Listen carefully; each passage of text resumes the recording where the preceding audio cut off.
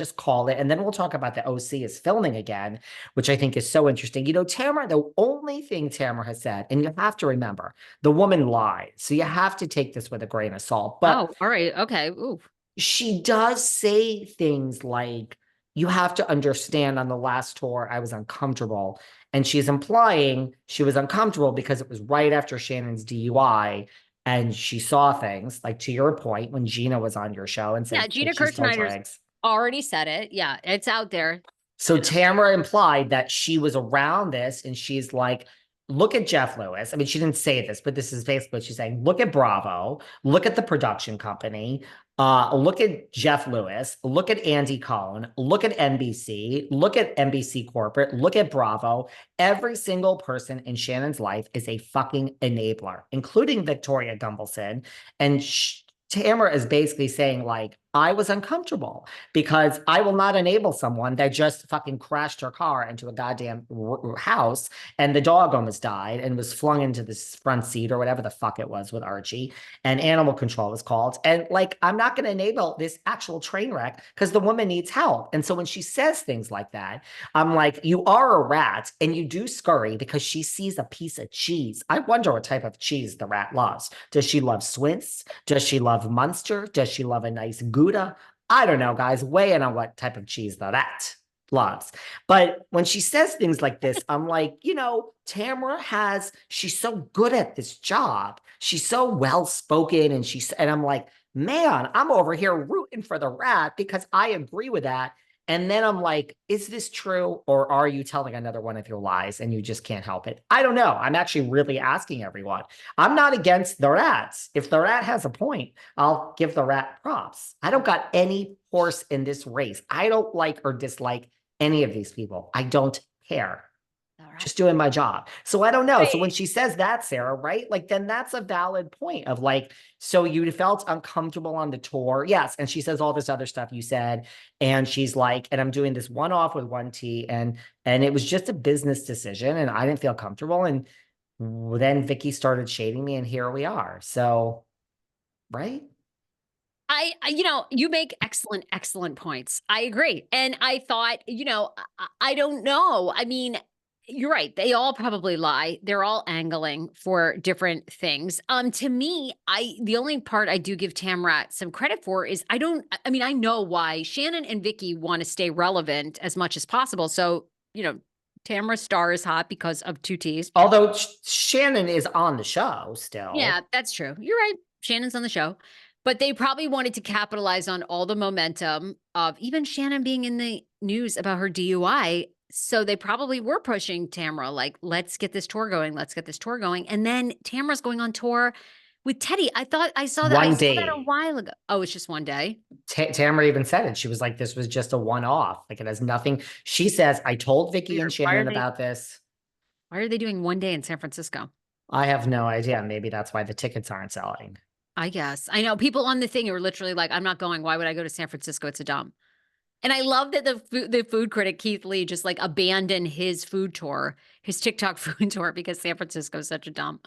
Really? Yes. Oh my God. He's like, that's a whole other story. But anyway, it's hard to know who to believe here. Vicki obviously was all over social media about, you know, that Tamara's such a backstabber. Tamara also says that she caught Shannon and Vicki talking about her. I mean, that to me is so, I have to believe they're all catty and speak about each other all the time. So that's no new revelation.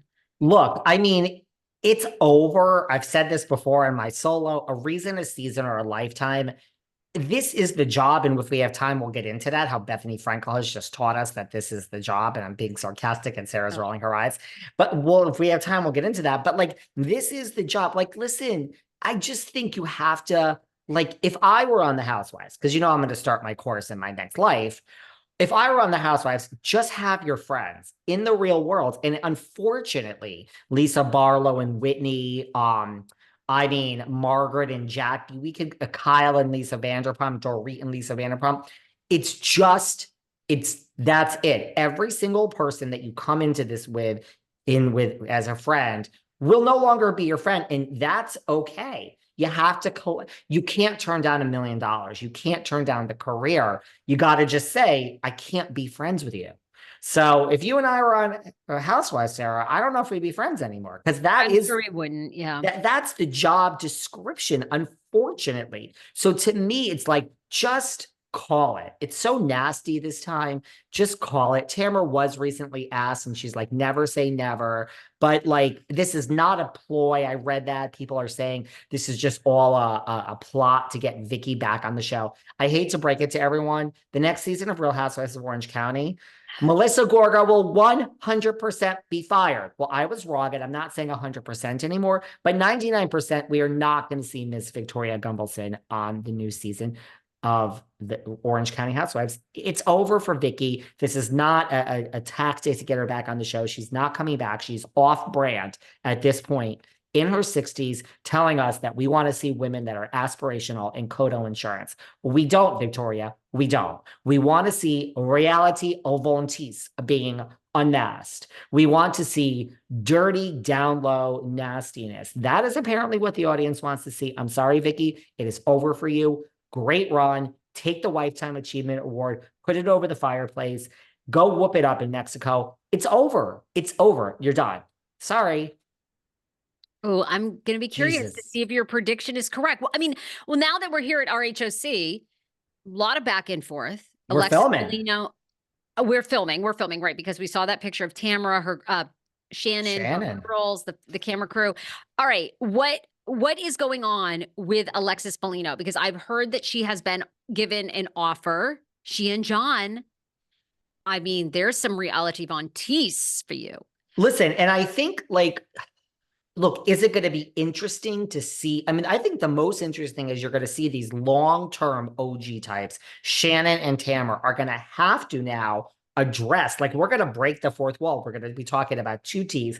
We're going to be talking about the Tres Amigas. Maybe they will show Shannon on stage with Vicki in Texas where they're going. Maybe Vicki will be on in that respect for a minute. So I guess I shouldn't say never, but that to me is the more interesting story. They're going into the season, Shannon and Tamara fractured, but these bloggers and these podcasters, here we go again. It's like last season when they said Jersey contracts were all out and everyone's coming back. And I'm like, they're not. They're about to be. But right now, today, as of this recording, Alexis is not 100% back. So that is not true as of right now, which is like 5 days before you're all hearing about this. When I knew Alexis back in the day and slept over her house, she would say like, look, and I really believed her. There was no cameras around when she was saying this. She's like, I don't know if I want to just open my eyes and go back into the lion's den. And so I do think, look, I don't believe that Alexis was offered the job and now she's thinking about it. I either think she wasn't offered it or she's offered it and is going to take it. I don't see why you would turn this down. If she is offered this and she turns it down, Alexis, I will bow down. I will get up. I mean, that to me is, those are always the power moves. When someone says, no, thank you. In what way? None of these women have any careers after that. Like, say yes, put yourself on TV. Okay, let me backtrack. Say yes, but understand. And it's as my good friend Bethany Frankel says, like, if Alexis is truly saying, like, I actually understand the job and I just don't want Tamara's life, it's what a miserable life. Drama,